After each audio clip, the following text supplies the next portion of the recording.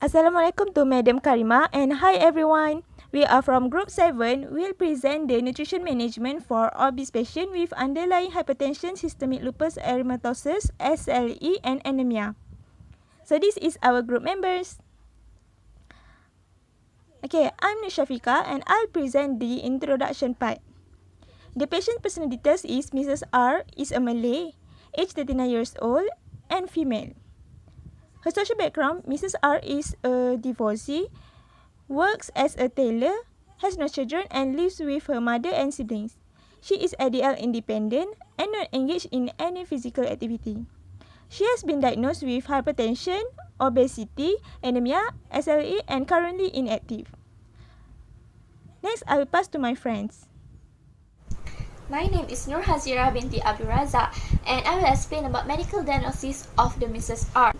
Mrs. R is diagnosed with the obesity, underlying hypertension, anemia and SLE, which is currently inactive. And this framework shows the risk factors that contribute to the development from one disease to another disease.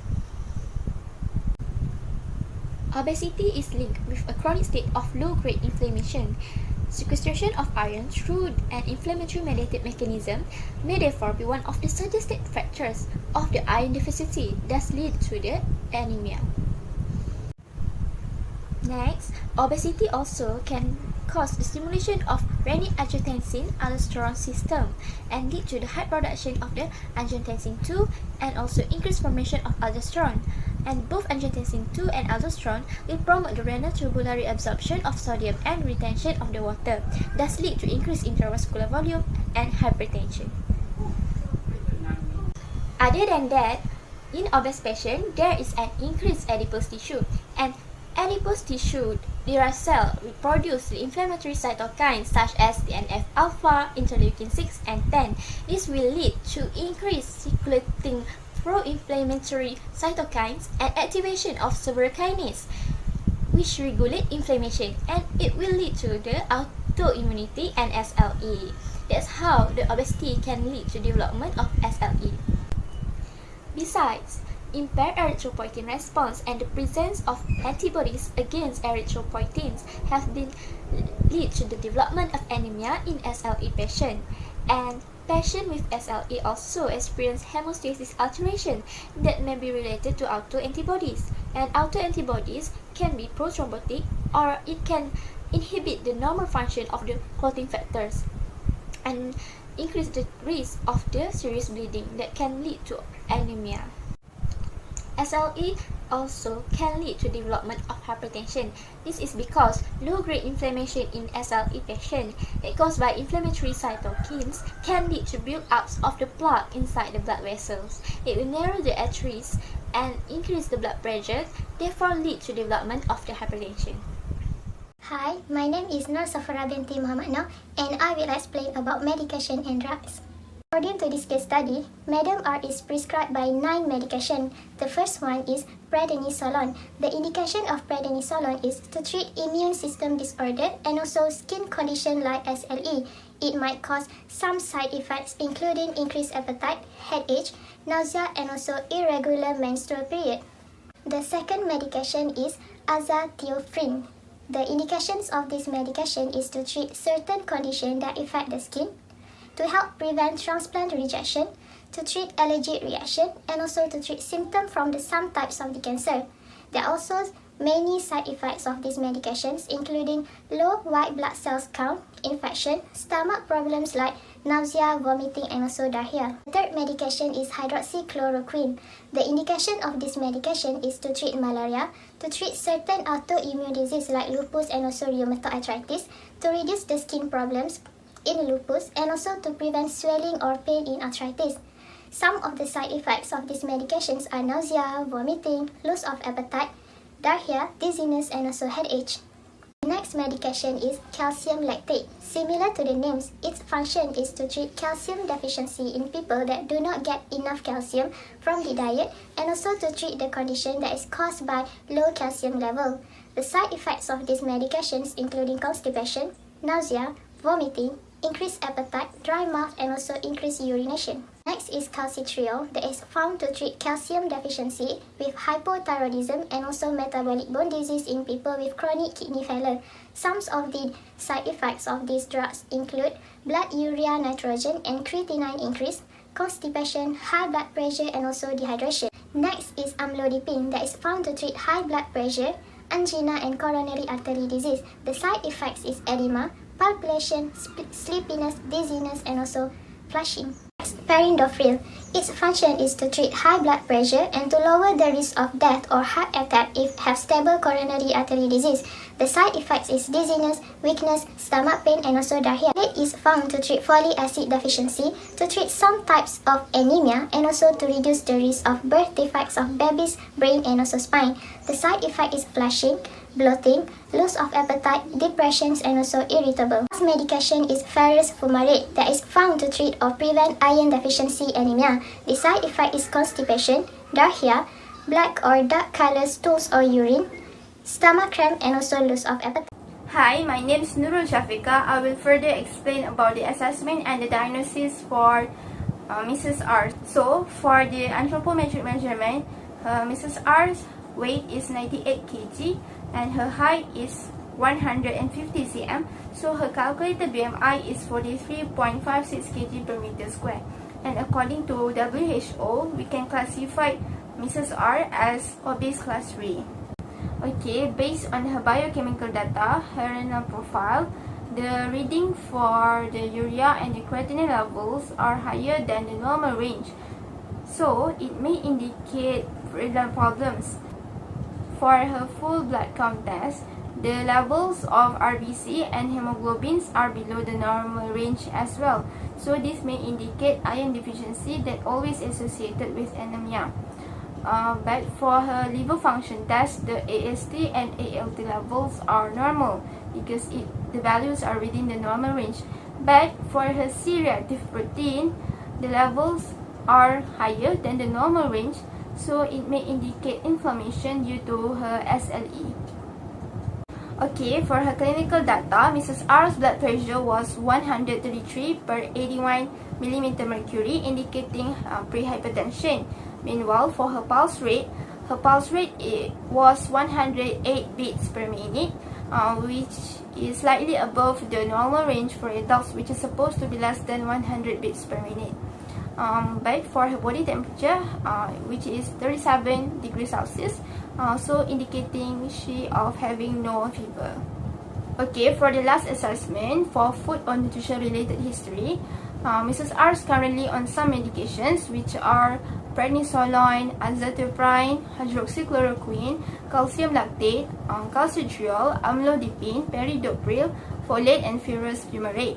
Meanwhile, for her estimated energy intake was 1,533.74 kcal per day, and from her food frequencies records, we found out that she regularly consumed coffee with condensed milk twice per day with an accumulation of 14 times per week.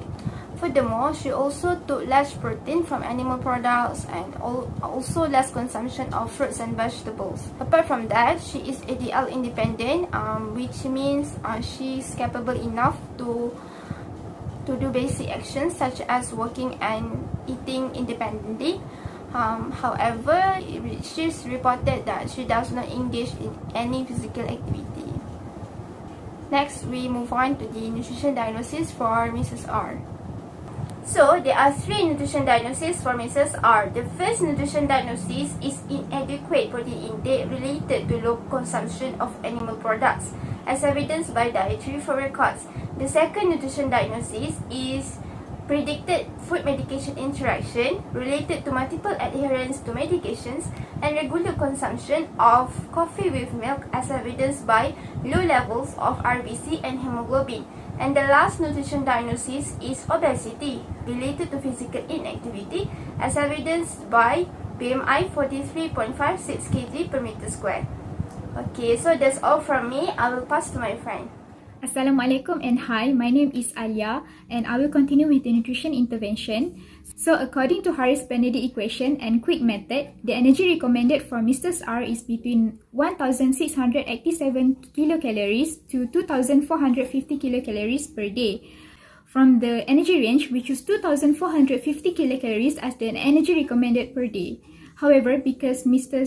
R is obese, we give intervention for weight loss, which minus 500 kilocalories to get 1900 kilocalories per day. And as mentioned earlier by my friend, Mrs. R has low RBC, so we recommended her to take 29 milligram per day for 10% bioavailability of iron and 20 milligram per day for 15% bioavailability of iron. Next is the objective and the principles. The main objective for this nutritional intervention is for weight loss and to correct anemia. For weight loss, the principles is to have moderate weight loss, 0.5 kilogram per week.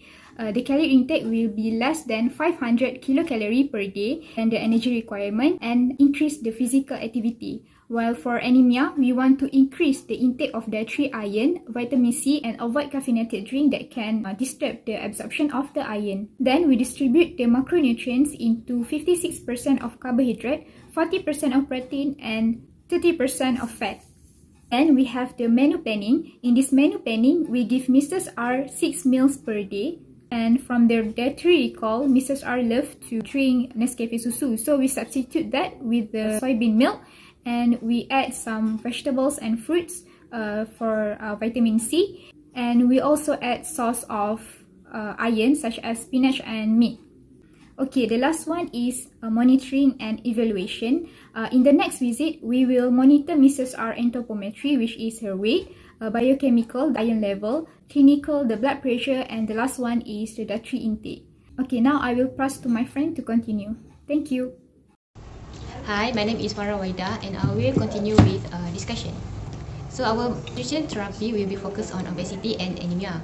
Obesity is one of the risk factors that lead to anemia, hypertension, and SLE. Based on the studies, obesity had led to the reduction of iron absorption, so increased iron requirement due to the large blood volume and reducing the patient's physical activity due to the disease severity.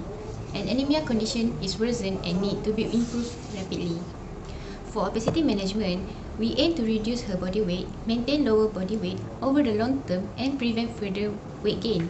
So we approach to promote moderate weight loss of 1.5 kg per week. This is because cost is reasonable and realistic for the obese patient.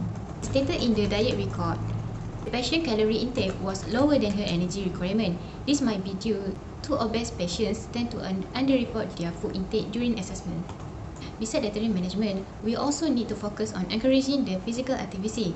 Being morbidly obese can limit and reduce the physical activity level of the patient. So, we encourage the patient to practice low intensity exercise with 150 minutes duration per week. Example of the low intensity exercise is brisk walking, any water aerobic activity, or activity that does not cause strong pressure on the joints. For the anemia management, we will increase the intake of dietary iron of the patient. Basically, there are two types of iron, which are heme iron that is found in meat, chicken, and fish, which is absorbed easily, and also non-heme iron in plant food such as vegetables, cereals, and lentils. Consuming a variety of both iron can enhance the absorption of iron. Therefore, we include spinach, broccoli, and also chicken in her menu that are found to be high in iron content. Another dietary management of anemia is to increase dietary intake of vitamin C. Vitamin C is known as iron absorption enhancer. Therefore, food that is rich in iron needs to be eaten together with vitamin C rich food. To promote iron absorption, we include some foods and drinks such as orange juice, spinach, and guava in her menu. Besides that, the patient also needs to avoid any caffeinated drinks because caffeine is known as iron absorption inhibitor. So we include a cup of decaffeinated tea instead of Nescafe in the patient's menu. Okay, in conclusion, based on the nutritional intervention, this patient is advised to undergo dietary changes to tackle her health problems such as obesity and anemia. Weight loss in moderation is essential for morbidly obese patients to maintain their metabolic functions. This patient is also encouraged to include foods that are high in iron and vitamin C, while decreasing the intake of caffeine in her dietary intake to improve red blood cell count and hemoglobin level in correcting anemia. The follow-up will be issued to monitor her weight, dietary intake and biochemical data to ensure the patient is following the right guideline given. So that's all from us. Thank you.